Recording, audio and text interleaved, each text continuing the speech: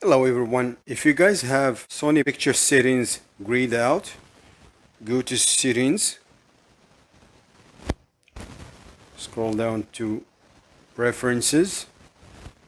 As you can see here, I don't have access to picture adjustments here.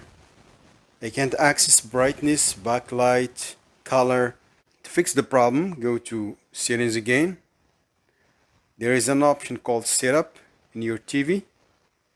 Scroll down or scroll up and find picture adjustments lock. It's locked in your TV, that's why you don't have access to those settings. Select unlock, press OK, and you're done. Go back to picture. Now you have access to everything. You can make adjustments.